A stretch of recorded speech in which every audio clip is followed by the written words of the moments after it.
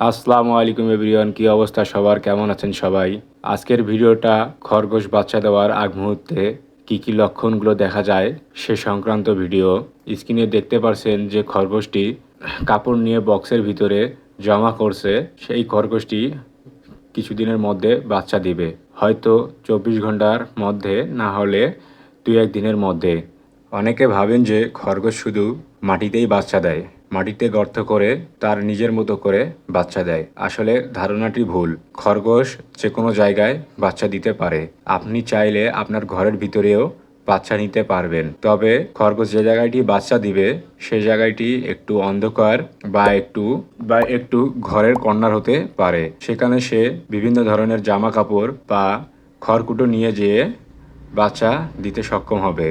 খরগোশের বাচ্চা যদি বিছানার নিচে বা মাটির গর্তের ভিতরে হয়, তাহলে আমরা বাচ্চাগুলোকে ভালোভাবে দেখতে পারবো না এবং পরিচর্যা করতে পারবো না। তাই এভাবে একটা বক্সের ভিতরে বাচ্চা নেওয়াই আমার কাছে সবচেয়ে ভালো এবং সুবিধার মনে হয়। আমি চাবো যে আপনারাও এভাবে খরগোশের বাচ্চা নেবেন। দেখুন খরগোশটি কিভাবে বারবার কাপড়গুলো মুখে করে নিয়ে যাচ্ছে এবং বক্সটির ভিতরে রেখে পা দিয়ে আর মুখ দিয়ে চারিদিকে ঠিক করে রাখছে।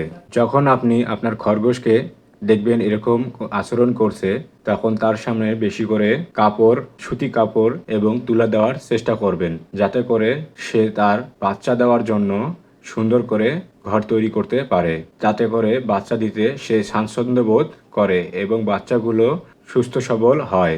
আর আপনি যদি খরগোশে বাচ্চা হওয়ার জন্য তুলা এবং কাপড় না দেন, তাহলে দেখবেন যে খরগোশটি তার বুকের পশম ছিঁড়ে বিছানা তৈরি করছে।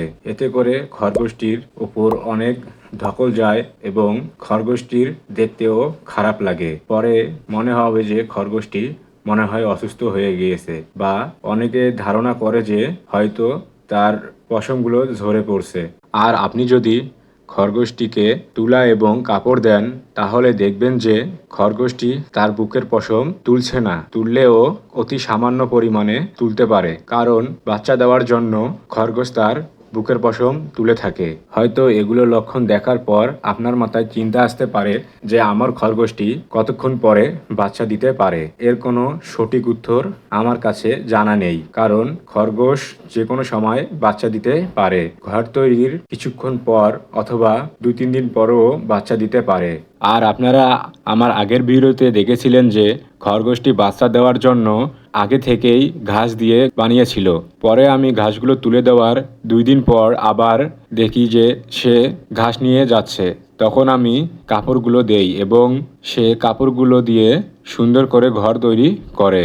আর আমার খরগোশগুলো দিনের বেলায় এরকম কাপড় দিয়ে ঘর তৈরি করে বা বিছানা তৈরি করার পরে রাতে বাচ্চা দেয়। সকালে উঠে আমি দেখতে পারি যে খরগোশগুলো বাচ্চা দিয়েছে। তবে এই সময়গুলোতে খরগোশগুলোর দিকে বেশি করে খেয়াল রাখতে হবে এবং তাদের বেশি করে খাবার দিতে হবে। আমি কাপড় দেওয়ার পরেও তার পর্যাপ্ত পরিমাণ হয়তো কাপড় হয়নি, তাই সে ঘাসগুলো নিয়ে ঘর বানানোর চেষ্টা করছে। এ সময় বারবার লক্ষ্য রাখার কারণ হচ্ছে, বাচ্চা দেওয়ার পর যদি বাচ্চার উপরে প্রস্রাব পায়খানা করে বা কোনো নোংরা করে, সেগুলো আপনি পরিষ্কার করে দিতে পারবেন। এতে করে বাচ্চাগুলো সুস্থ থাকতে পারবে।